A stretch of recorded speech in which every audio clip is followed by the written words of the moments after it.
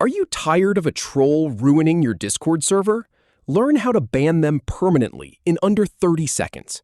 First, locate the user in your server. Then, follow these simple steps to remove them and clean up their messages.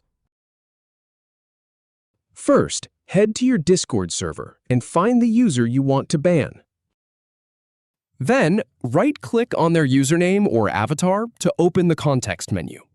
From the menu, click on Ban Username to start the ban process.